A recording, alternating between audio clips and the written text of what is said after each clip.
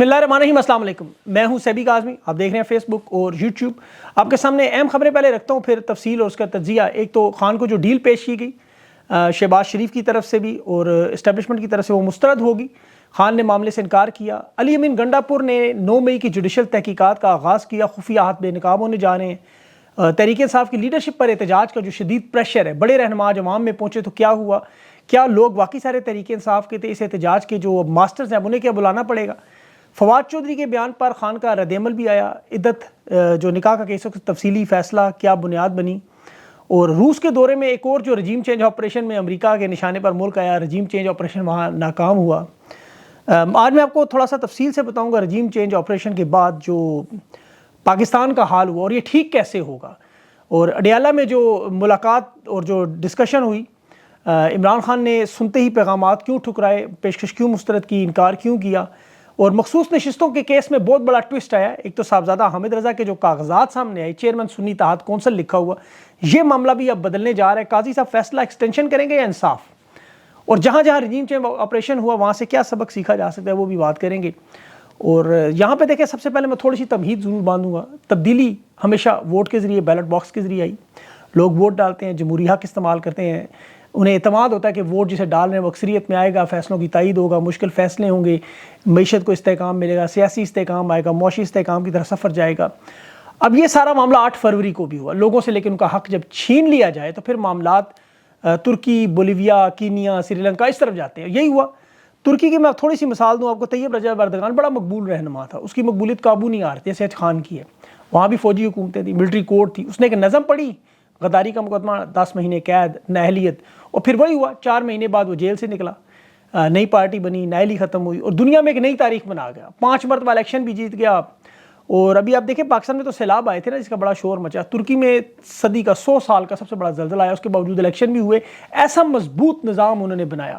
اور یہ نہیں کہ ترکی میں فوج اقتدار میں نہیں تھی، یہ آج سے نہیں بلکہ صدیوں سے، سلطنت عثمانیہ کے دور سے بلکہ آپ دیکھیں وہاں موجود ہے۔ پاکستان میں تو 1947 بلکہ 1956 میں فوجی مداخلت شروع ہوئی۔ یہاں تو سب سے زیادہ اقتدار میں رہنے والا ترکی، آپ کو پتہ ہے اب وہاں اسٹیبلشمنٹ جو عوام کو مینڈیٹ کے احترام کرنے کی وجہ سے الیکشن صحیح پروسیس جیتنے کے بعد اب طیب اردگان جیسے لوگ جنہوں نے عوام سے مینڈیٹ، ان فوجی لوگوں سے مینڈیٹ کا احترام کروایا، ان کی جی ڈی پی آج 17ویں نمبر پر دنیا میں، 1 کھرب امریکی ڈالر جی ڈی پی ہے ان کی، اور 20 G20 کا رکن بھی ہیں اور بڑے ممالک میں شامل ہیں۔ اسی طرح بولیویا کا بھی میں آپ پچھلے ویلاگ میں بتا چکا ہوں، ان کا صدر بھی روس کا دورہ کر کے آیا، جیسے خان گیا اپنے ملک کے لیے گیس پیٹرول کے لیے، واپس آیا، اس کی بھی حکومت گرانے کی کوشش، رجیم چینج، لیکن یہاں عوام نکل آئی اور عوام نے ناکام کیا۔ خان کے ساتھ بھی عوام نکلی تھی خان نے، لیکن وہ کام نہیں کیا۔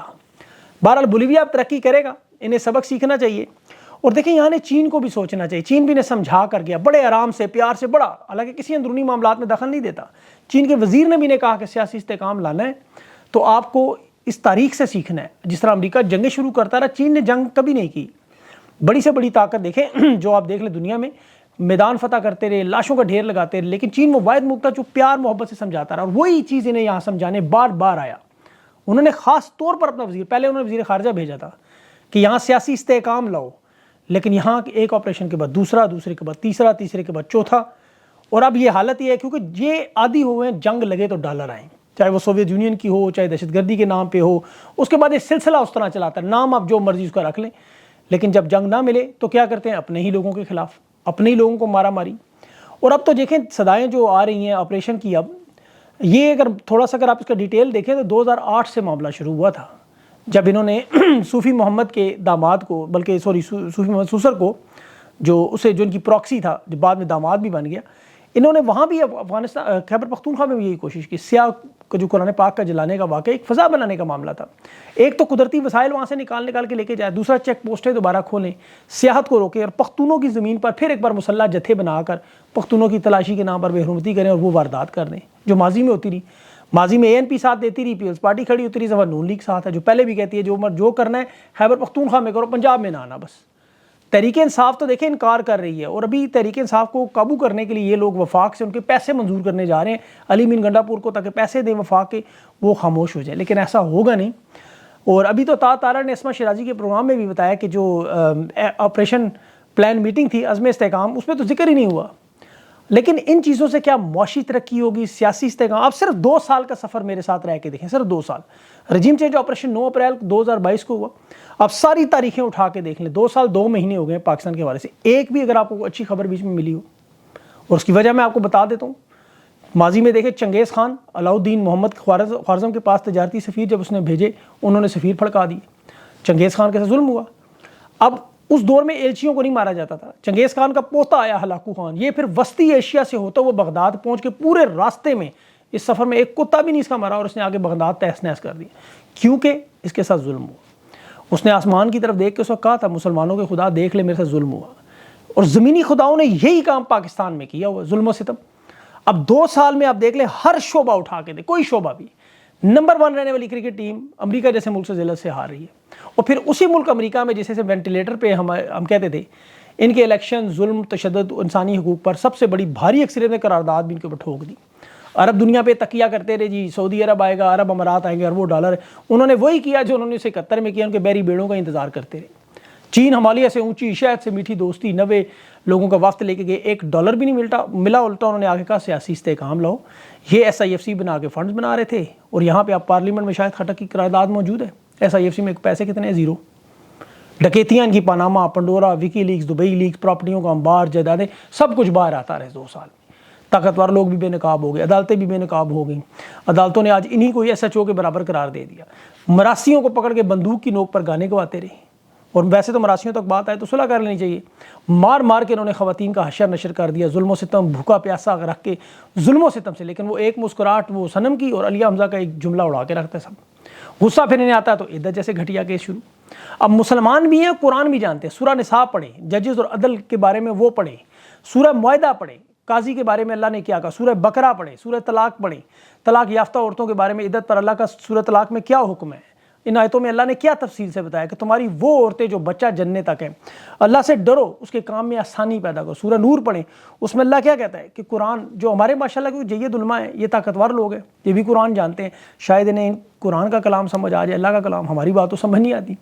اللہ ہماری بھی غلطی کمی بیشی معاف کرے. عالم دین تو نہیں ہے, لیکن کوشش کرتے ہیں کہ سیکھیں اور ان تک بھی بات کریں, کیونکہ یہ اس لیول کی نیچ حرکتیں کر کے میاں بیوی کے شرعی رشتے میں جو رکھنا ڈال رہے ہیں. جس سیکشن کے تحت آپ دیکھیں عدت کا جو کیس چلا, اس میں کل جیو کے ایک نوجوان تجزیہ نگار ہے, نام پتہ نہیں اس کا کیا ہے, وہ کہہ رہی تھی ایک سیکشن جو بتا رہی تھی 436 کہ میاں بیوی میں ایک دوسرے کو دھوکہ دے تو تب یہ بنتا ہے. اب عمران خان اور بشرا بیوی نے ایک دوسرے کو دھوکہ دیا ہے, یہ تو دونوں اکٹھے ہیں. 6 سال بالخبر مانیکا کو اغوا کر کے 2 مہینے پتہ نہیں اس کی عزت لوٹتے رہے, پھر اس سے مقدمہ درج کروا دیا. نہ قانون نہ شریعت, اور سپریم کورٹ کے فیصلے تک نہیں دیکھا. اور جج کو اتنی جلدی 25 سیکنڈ میں فیصلہ سنا کے ایسے بھاگا, ایک نے پہلے فیصلہ کر لیا, انکار کر دیا سنانے سے, سارا کیس سن کے اس کی جرت نہیں ہوئی. دوسرا آیا 25 سیکنڈ گزار کے بھاگا, آنکھوں میں آنکھیں ڈال کے بات دیکھنے کی جرت نہیں تھی ان کی. اور باقی پہلے بھی دیکھ لیں, دلاور ہوا, حسنات ہوا, بشیر ہوا, وہ جتنے بھی ججز آئے ہیں. خیبر پختونخوا میں اب یہ پھر 9 مئی کے معاملے دیکھ لیں, 9 مئی پہ جتنے کیسز ہیں. اب تو خیر خیبر پختونخوا میں جو ہی جوڈیشل کمیشن بنے گا, وہ ان کا سب سے بڑا معاملہ جو انہوں نے بنایا ہوا, سب سے بڑا کیس بنایا ہوا ہے, یہ بھی ختم ہوگا. قانونی اعتبار سے تو یہ بالکل ہارے ہوئے ہیں, اخلاقی اعتبار سے بھی یقین کریں یہ گر چکے ہیں اور ہار چکے ہیں. نیچا دکھانے کی یہ کوشش کر رہے ہیں, اور تو کچھ بھی نہیں, خان کو صرف ذلیل کرنا چاہتے ہیں نیچا دکھانے کے لیے.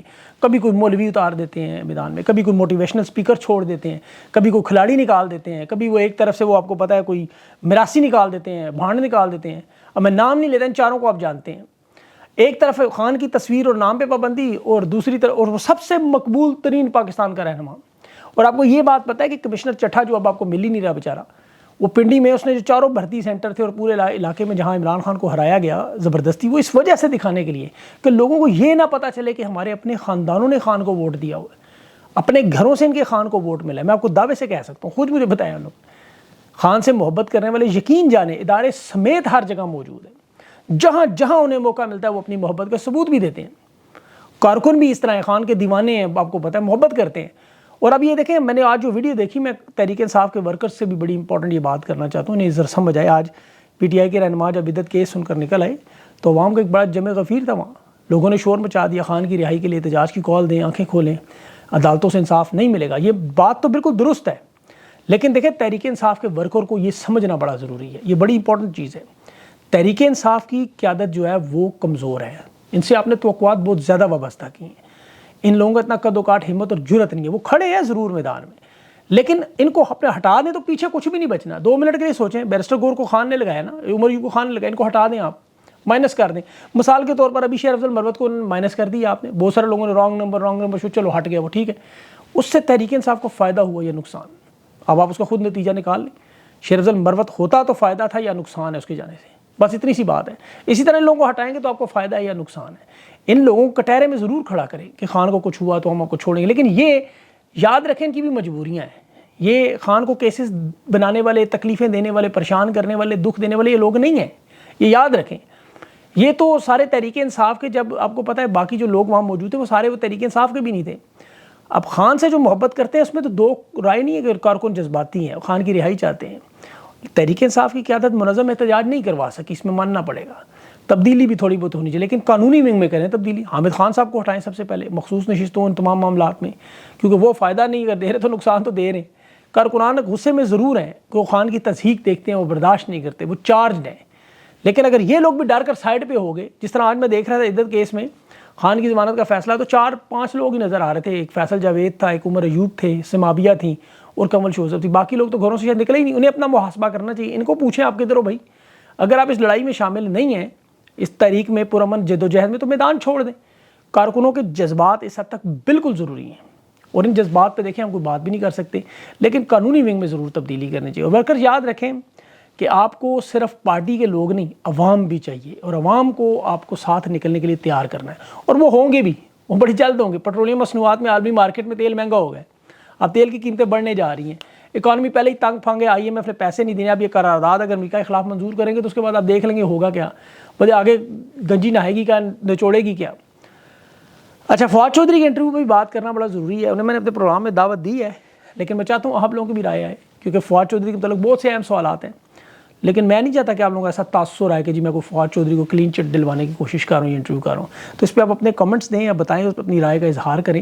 خان نے تو آج دیکھیں, رؤف حسن صاحب نے تو کھل کے کہا ہے, شبلی فراز بھی کہہ رہا تھا کہ کیونکہ فواد چودھری بگھوڑا ہے اور اس پر ہم بات نہیں کرنا چاہتے. فواد چودھری صاحب بڑا کھل کے بھی بول رہے ہیں, ان کی بھی باتیں بہت ساری اس طرح کی سامنے آ رہی ہیں, لیکن ان پہ بھی بہت سارے سوالات بنتے ہیں, بہت سارے.